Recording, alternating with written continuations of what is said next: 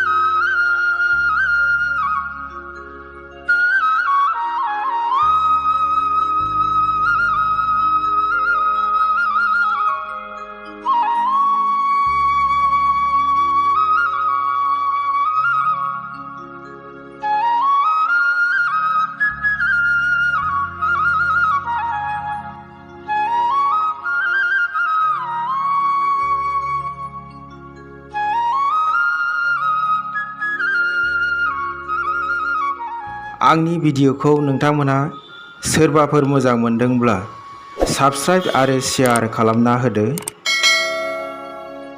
गोजोन्थों।